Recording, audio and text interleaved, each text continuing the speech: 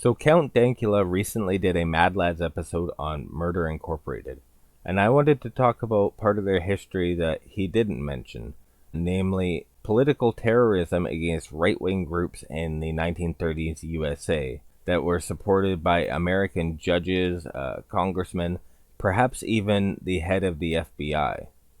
And for a brief overview of the history, we're going to refer to this article in Tablet magazine, Gangsters versus Nazis: How the Jewish Mob Fought American Admirers of the Third Reich.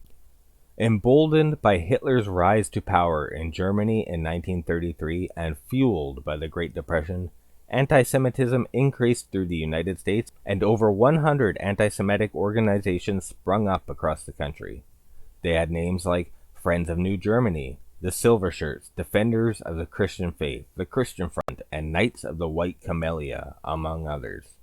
Protected by the Constitution's First Amendment, pretty sure Constitution has a capital C, they held public rallies, paraded through the streets in their uniforms carrying Nazi flags, published scurrilous magazines, and openly flaunted their hatred for Jews. American Jews were intimidated and frightened. Fearful of stirring up even more anti-Jewish sentiment, the American Jewish establishment's response was often tentative and cautionary.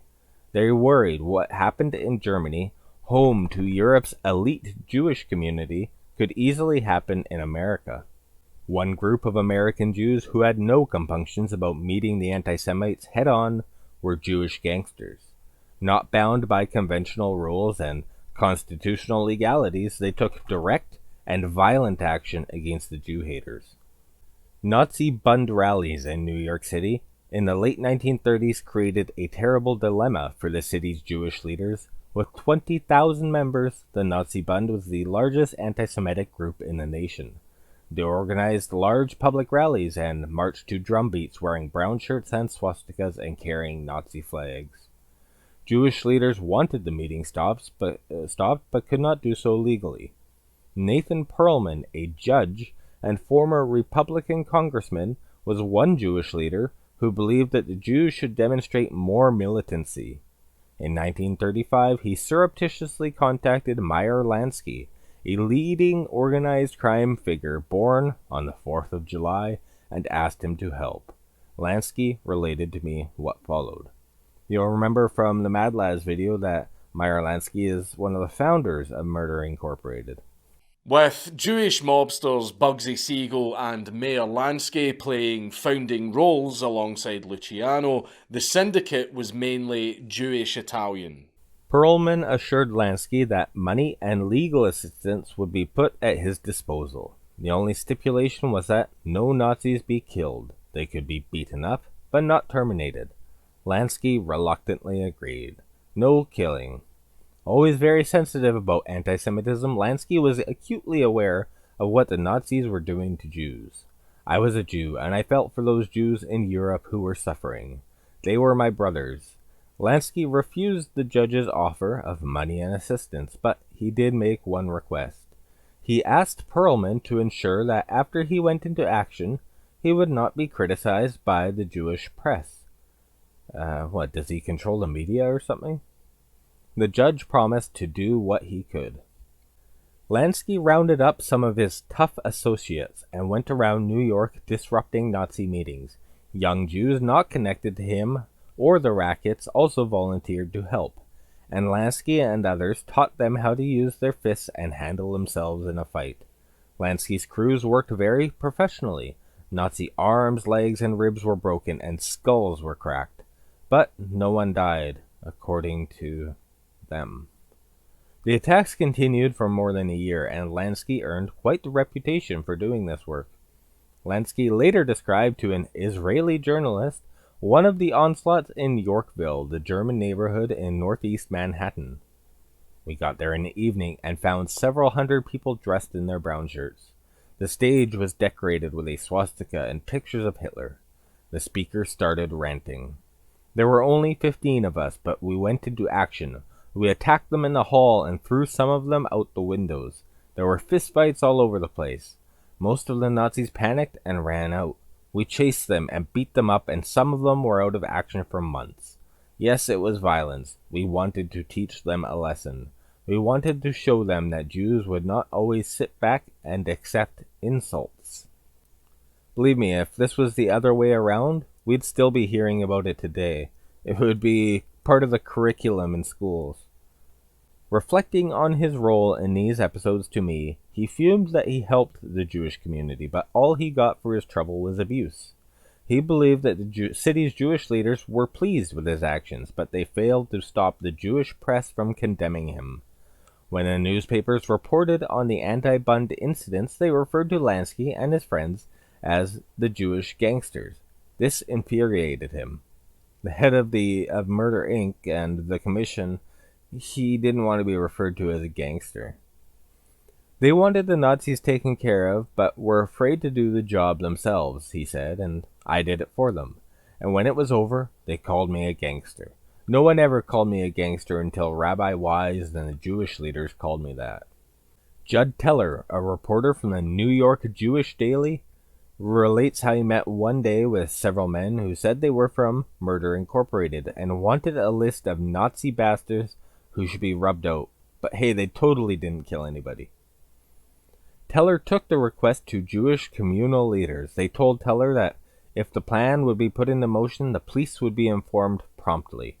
Teller relayed this warning to his Murder Inc. contact.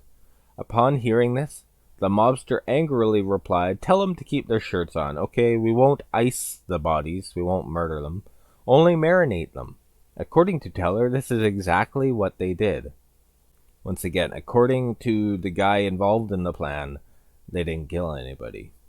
Overall, Murder Incorporated killed so many people that we don't actually know what the exact number is. But the most reliable estimates are between 400 to 1,000 people.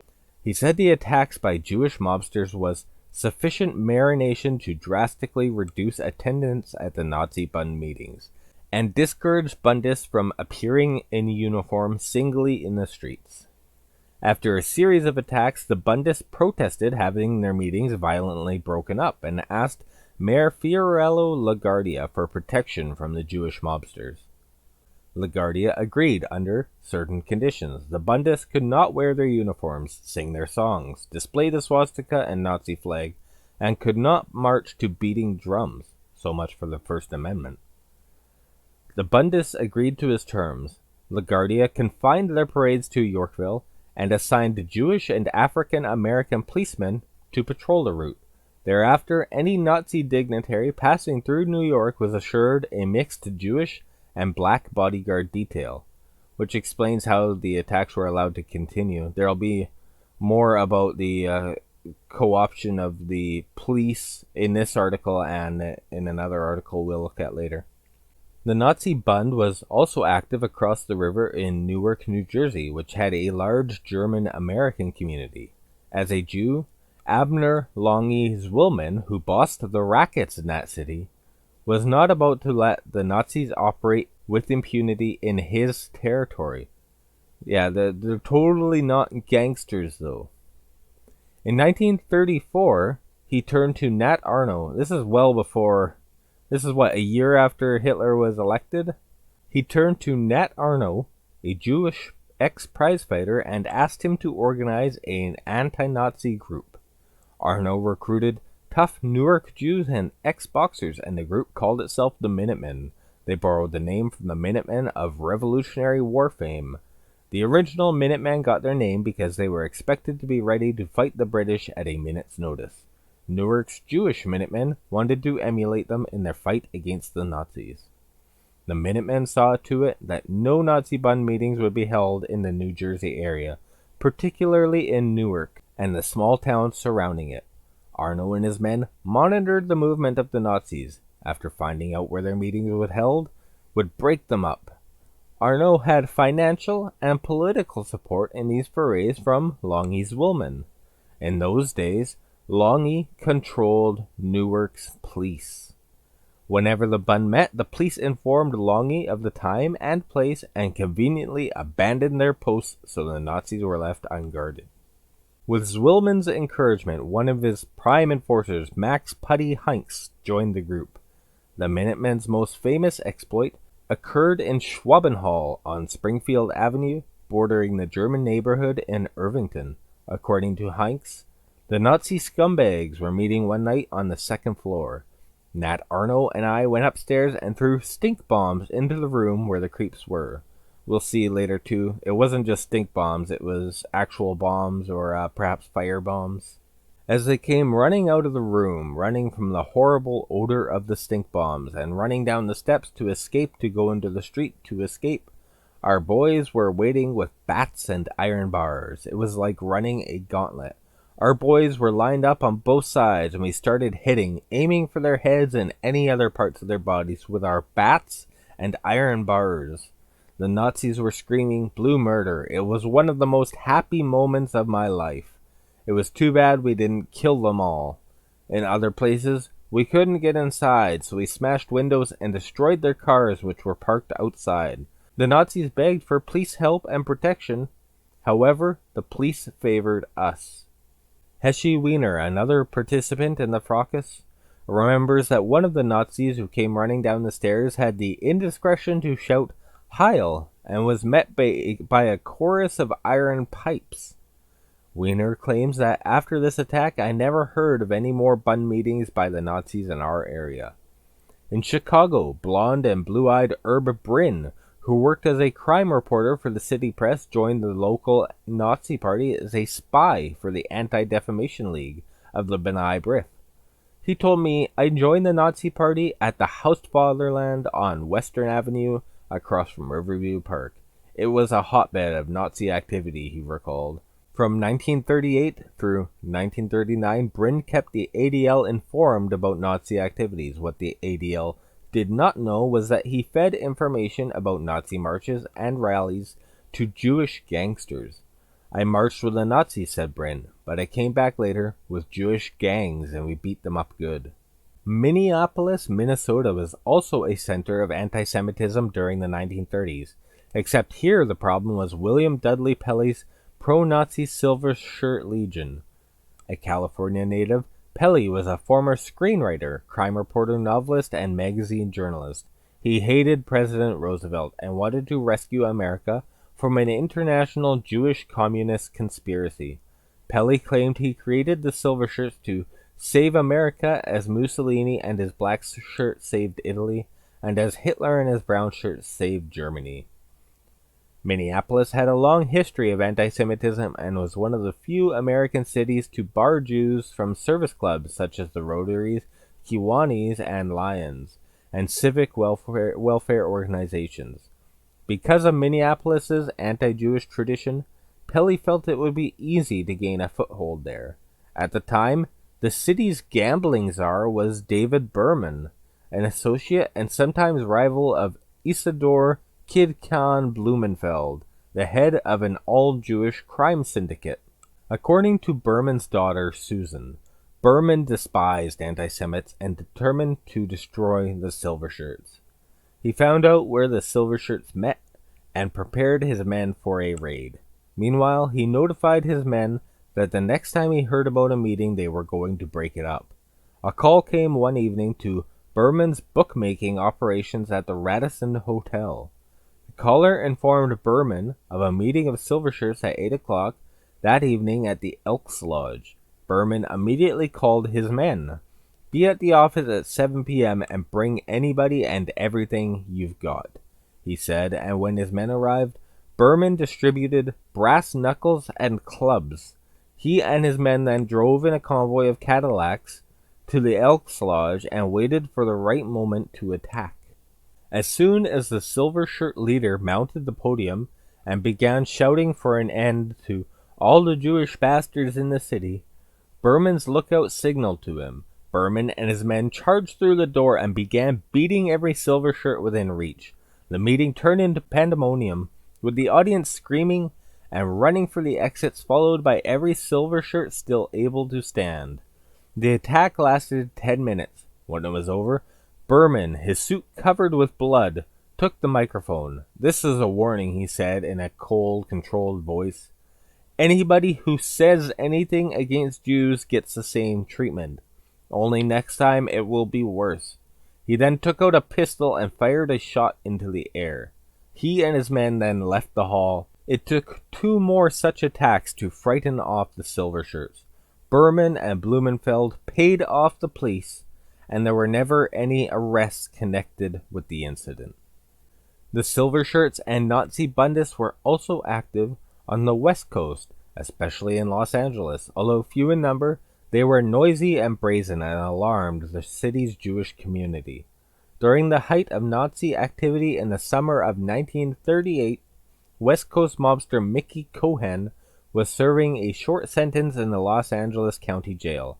He happened to be sitting in the bullpen, the barred enclosure where prisoners are kept temporarily waiting to go to court, when Robert Noble, a notorious local Nazi bundist, and another Nazi were brought in for questioning. Cohen knew what Noble was, and Noble knew who Cohen was. The police made the mistake of sitting the anti-Semites near Cohen and leaving them alone. In his memoir, Cohen tells what then happened. The 2 Nazis tried to move away, but Cohen grabbed them before they could. I started bouncing their heads together, he recalled. With the 2 of them, you'd think they'd put up a fight, but they didn't do nothing. So I'm going over them pretty good. The wind-up is that they're climbing up on the bars, both of them, and I'm trying to pull them down. Now they're screaming and hollering so much everybody thinks it's a riot, said Cohen. The noise and tumult brought the police on the run. By this time, Mickey had moved back to his seat and was nonchalantly reading a newspaper. They literally cry out as they strike you, eh? The officer in charge went over to Cohen and demanded to know what happened. What are you asking me for, said Cohen. I'm sitting here reading the newspaper. Them 2 guys got into a fight with each other. I don't know what happened. I didn't want to mix in with them. After he was released, Cohen enjoyed telling his friends how good he felt about beating up anti-Semites. As news of the incident spread, Cohen began getting calls from Jewish organizations and leaders asking him to help them oppose the Nazis. One of his callers was a Jewish judge who informed Mickey about a Nazi Bund meeting. So here's another judge hiring gangsters to go attack political rallies. I told him, all right, don't worry about it, said Cohen. Cohen gathered together some of his Jewish mobster friends and raided the Nazi meeting. We went over there and grabbed everything in sight, all their bullshit signs, and smacked the shit out of them. Broke them up as best we could, said Cohen. Nobody could pay me for this work. It was my patriotic duty. There ain't no amount of money to buy them kind of things, he said. What did Jewish communal leaders think about this? Publicly, they evinced shame and horror at the criminal activities and notoriety of the gangsters because they epitomized the bad Jew, the evildoer who would bring hatred on the whole community. Privately, they appreciated the mobsters who boldly took action against the Nazis and anti-Semites. Although the gangsters may have distressed the Jewish establishment, they did earn the admiration of the Jewish man on the street, especially among Jewish youngsters. Talk show host Larry King admitted that when he was growing up in Brooklyn, Jewish gangsters were our heroes. Even the bad ones were heroes to us. The 1930s were a time fraught with danger for the Jews. For some Jewish mobsters, it proved to be a time when they could do something positive to protect their community from Nazis and anti-Semites. The author of this article wrote a book called But He Was Good to His Mother, The Lives and Crimes of Jewish Gangsters. One of the reviews for that book specifically mentions the use of firebombs by the Minutemen to disrupt the meetings. It's funny how that didn't make it into the article, though. This article in the Jewish Standard goes into more detail about how the Minutemen and Nat Arno attacked German-American Bund meetings and I think other right-wing meetings in America. And it seems to hint at FBI involvement in the operations. Minutemen document discovered after 80 years. Local historians learned more about how Jewish thugs saved Newark from the Nazis. My 2003 book, Nazis in Newark, is a work of zakor, of memory, commemorating the deeds of those who did not sit idly by during the Hitlerite threat to World Jewry. It presents the response of one major city to the scourge of Nazism. In researching the book, I traveled to California to interview the family of Nat Arno, the commander of Newark's anti-Nazi group, the Minutemen. Nat's older son Steve provided much useful information about his father. Although Steve and I have remained in contact for more than 20 years, imagine my surprise in November when I opened an envelope containing a 1939 document he recently discovered. It provides new information on the Minutemen activities. He sent it to me because he wants to share it. Steve Arno and his brother Bruce discovered the document when they went through a 1939 family scrapbook and came across something called Post Number 1, Minutemen of U.S. Newark, New Jersey. The document, titled Subjects of Investigation, consists of 2 lists. The first is of 10 suspected Nazis who lived in the New York metropolitan area in 1939, complete with addresses, places of employment, and Nazi activities. Several names include such notations as now under FBI surveillance, is being watched, or to be investigated. So these notes in this document and the profiles that show FBI surveillance on various people, it speaks to FBI involvement in these operations. But is there any more evidence? Well, we go to Meyer Lansky's Wikipedia page. We go down here. Sexual blackmail operations and J. Edgar Hoover. Lansky is credited with having controlled compromising pictures of a sexual nature featuring former FBI Director J. Edgar Hoover with his longtime aide Clyde Tolson. In his book, Official and Confidential, The Secret Life of J. Edgar Hoover, biography Anthony Summers cites multiple primary sources regarding Lansky's use of blackmail to gain influence with politicians, policemen, and judges. One such stage for the acquisition of blackmail material were orgies held by the late attorney and Lansky protege Roy Cohn, who was Donald Trump's lawyer, and liquor magnate Louis Rosenstiel, who had lasting ties with the Mafia from his bootleg operations during Prohibition. The release of FBI files on Lansky revealed extensive monitoring and investigation, which makes it harder to explain why Lansky was not pursued to conviction unless he successfully evaded it by blackmail. Cohn copied this model of blackmail to control politicians and evade conviction himself. The source for that is CNBC's article, FBI releases files on President Trump's late lawyer Roy Cohn, which is something to think about. A House of Un-American Activities committee was convened to look into the German-American Bund Association and other groups said to spread Nazi propaganda. For any of you still here watching this video, but one of the guys leading the community, Samuel Dickenstein, was paid $1,250 a month, that's back then, by the Soviet NKVD, trying to get secret congressional information on anti-communists and pro-fascists, including handing them the materials on the war budget records, and all sorts of other official records, like reports of the war minister. Dickenstein will come up later in our video too. When America declared war on Germany, many of the German-American Bund members and other members of these groups were rounded up and put into internment camps.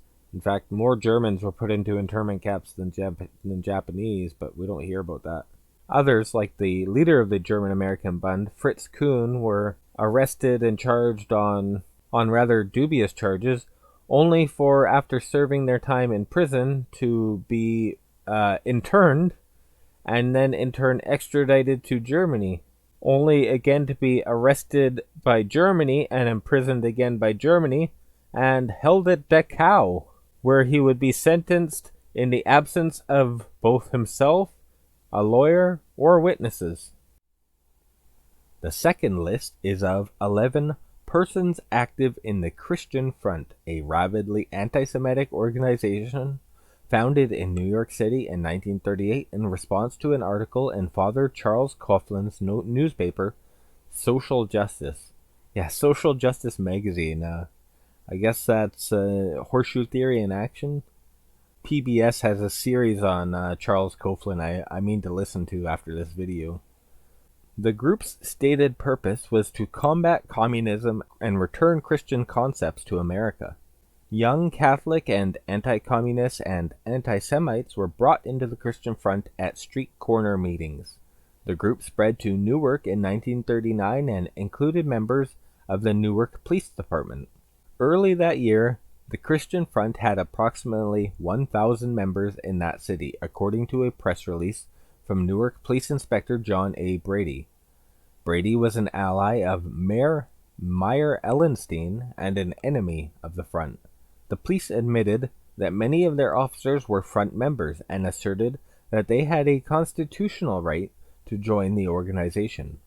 In response, Mayor Ellenstein fired John B. Keenan, the acting director of police, replacing him with his ally Brady, who promptly demoted 51 officers, 5 sergeants among them.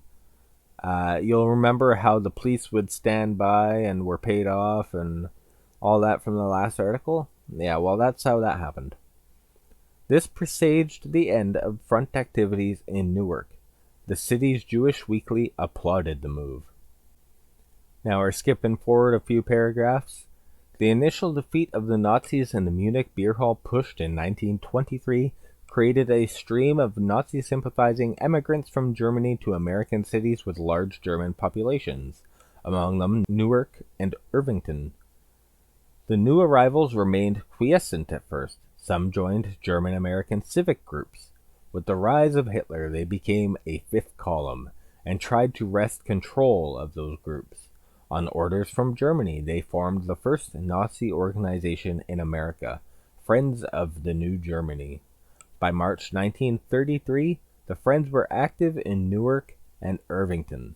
Simultaneously, newspapers and newsreels depicted Nazi violence against Germany's Jews. By the end of the year, notices of Friends of the New Germany meetings appeared on telephone poles along Springfield Avenue, a main east-west thoroughfare running from Newark to Irvington. Men dressed in Nazi uniforms were seen in the area. The first meeting of the Friends of New Germany in the Newark area was announced for April 1933. The information was advertised on flyers nailed to trees. It was to be held at Schwabenhall on Springfield Avenue in Newark, close to the Irvington border, a 3-story edifice built for meetings of German-American groups.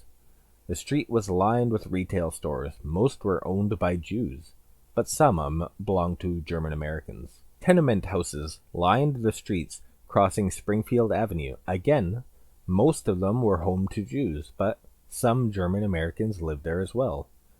The meeting was relatively uneventful. A modest crowd heard the speaker, who had just returned from a trip to Germany, and spoke glowingly of the Hitler movement. Plans for monthly meetings were disclosed. Soon after, posters announcing a meeting in May at Montgomery Hall in Irvington to support Hitler. Unlike the April meeting, this one was announced enough in advance to give the anti-Nazis time to prepare a response. On the evening of May 28th, 400 people gathered at the hall to hear Nazi speakers. 45 uniformed Nazi sailors from a German ship docked in New York Harbor joined them.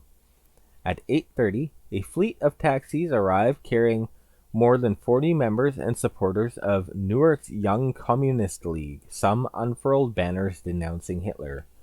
Rocks were thrown at the hall, and shouts of "Down with Hitler" rang out. When members of the Friends of Germany rushed outside to see what was happening, they were attacked. The police had not expected trouble, so there was only one officer at the site. After the skirmish broke out, 35 Irvington policemen rushed to the site with tear gas and riot guns.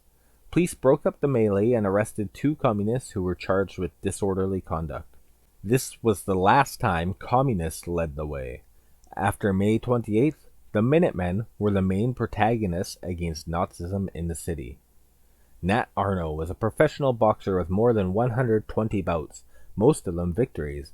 Abner Longy Zwillman was Newark's undisputed crime boss, a leading bootlegger during Prohibition who was active in labor racketeering and gambling enterprises. But they're not gangsters. Arno had worked for Longy during Prohibition, protecting Zwillman's shipments of illegal alcohol. The end of Prohibition in 1933 coincided with the ascent of Nazism. Longy was incensed by anti-Semitic events in Germany. Unable to stop what was happening there, he was not content to sit back. Instead, he recruited Arno, the former boxer, to lead a group against Nazi activity in the Newark area. Many of the ex-boxers and tough guys Arno recruited came from Zwillman's Third Ward gang. They called themselves Minutemen, after the Revolutionary War Minutemen who responded to British attacks on a moment's notice. The Friends announced a celebration at Schwabenhall on September 31st to commemorate the 85th birthday of Paul von Hindenburg, chief of the German armies in World War I. Jewish residents of the neighborhood were nervous. Signs in German announcing the party, complete with swastikas, were tacked on trees in German areas along Springfield Avenue. Rumors about late-night meetings of men in Nazi uniforms proliferated. Before the party, Longy Zwillman called a meeting at which a plan was devised to halt the upcoming Nazi celebration by attacking the attendees. Arno was to lead the group. Before the celebration, gang members wrapped iron pipes in newspapers and hid them in a dark alley adjacent to Schwabenhall. I guess I'll repeat myself here and say that if this was the other way around, we'd still be hearing about it today. The night of the party, a lookout watched as 300 friends of New Germany, many in Nazi uniforms, entered the halls. Arno's men did not arrive until the program was underway. They retrieved their weapons from the alley, carefully concealing them from the small contingent of police guarding the door. Nat Arno approached the rear of the building and tossed stink bombs into the auditorium. Pandemonium erupted, and one Zwillman gang member, Jaime Kugel, acted as a decoy, screaming for help. When the police ran to his aid, the gang members ran upstairs and began beating people wearing Nazi uniforms. Kugel had been loud enough that some time elapsed before the police got back to the auditorium. By then, Arno's gang had disappeared. 3 Nazis were injured during the attack. No arrests were made. The events in Newark attracted congressional scrutiny. Morris Dickenstein, a member of the Congress from New York City and a chair of the House of Immigration Committee, said he would begin an investigation of Nazi activities in America. By the way, Morris Dickenstein was later found to be a Soviet spy in Congress in America. Hans Spenknobel, the Friends' national leader, strongly objected to the investigation and announced an October 16th protest meeting at Schwabenhall. The Newark Police Department said it would deploy a full contingent to prevent a repeat of the Hindenburg riot. That sounds like a media frame job to me.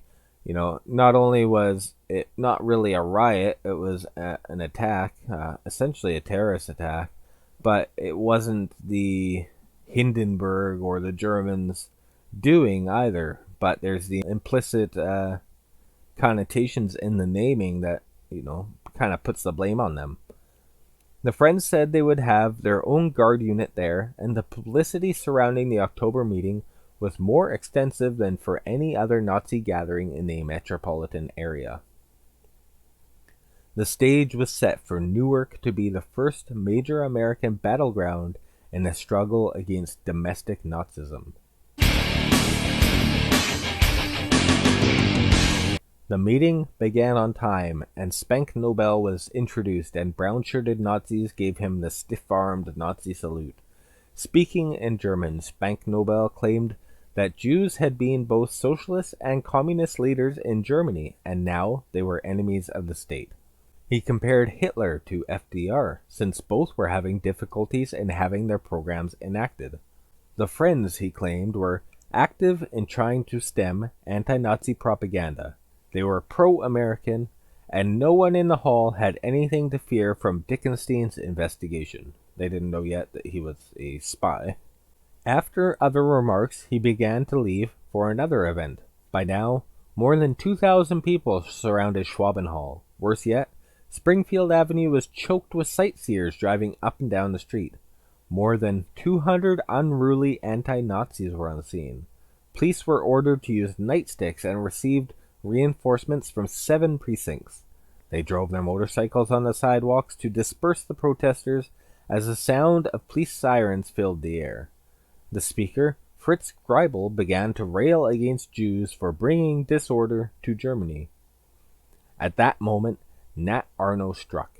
Using a tried-and-true tactic, he and a few accomplices tossed rocks and bombs through the rear windows into the hall. Cries of "Help! Police!" resounded from the building.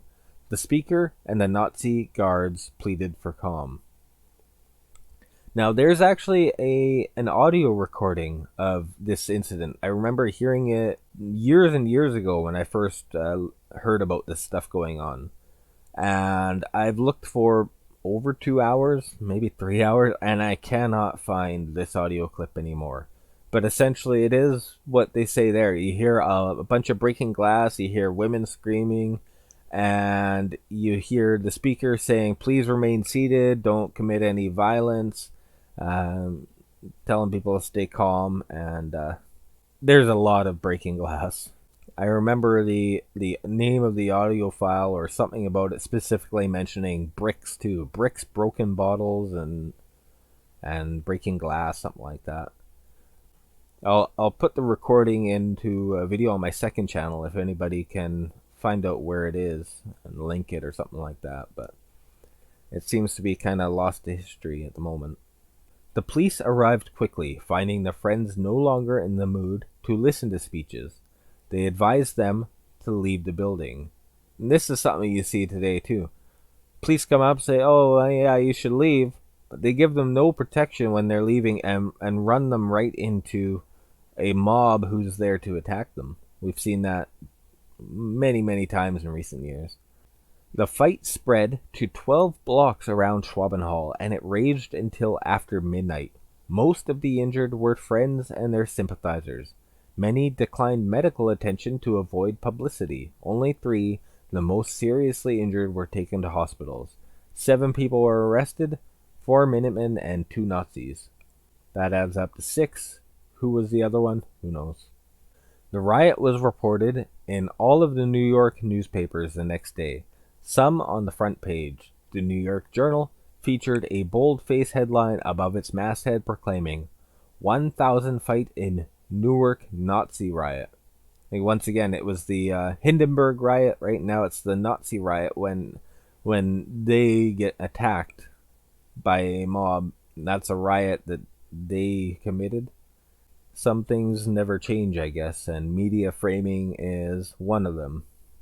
The Evening Journal had a front-page illustration with the captain, "The Nazi issue came right smack over to these United States and resulted in a good many bruised heads and knuckles as a result of a battle in Newark last night." Over the next week, the riot was publicized in news media throughout the country. This sensational event was not to be repeated, but Nat Arno and the Minutemen continued their assaults against Nazis in the Newark area and across New Jersey. They successfully prevented the Nazis from harassing Jews and spreading Nazi propaganda. The fact of their existence was often enough to prevent Nazi activities. The new document is a reminder of what we owe the Minutemen.